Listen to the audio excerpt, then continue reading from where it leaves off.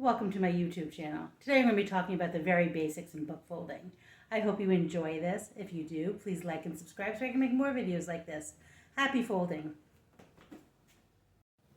To have a successful book folding experience, there's just a few basic tips.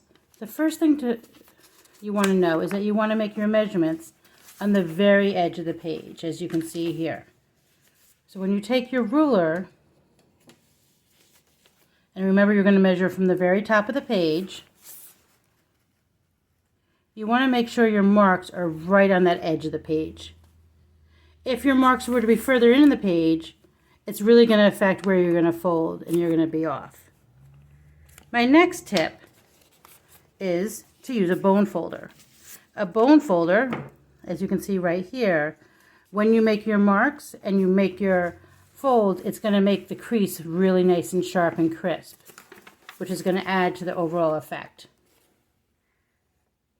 The next tip is at the end, especially in cut and fold, you're going to have a lot of extra marks.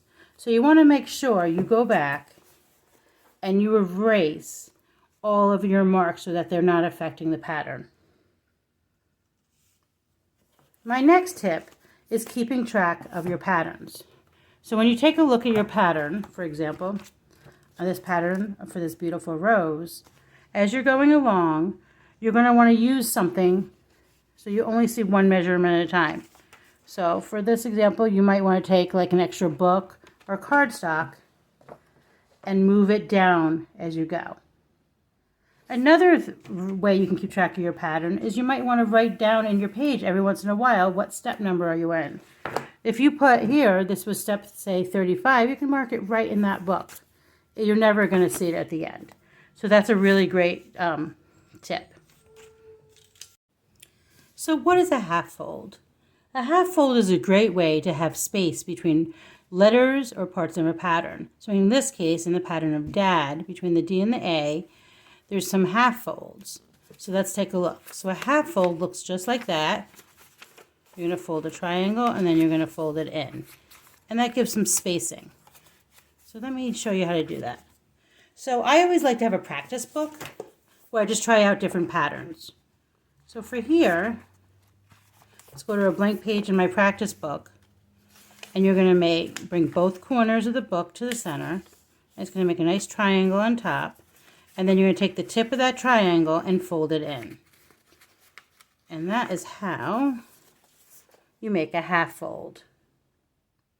The next question is, what happens if you have two measurements that are exactly the same?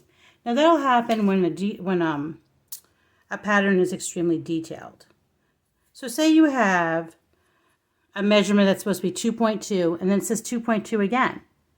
That's because it's going to be averaged to the nearest tenth. In that case, you'll do the first measurement as 2.2 and then do the next one at 2.3. And as I alluded to a second ago, always have a practice book. It's really nice to make mistakes in a practice book. It doesn't matter. You can try different patterns, different techniques, different ways to mark. So that would be one of my biggest suggestions, is having a practice book. But no matter what you do, enjoy folding.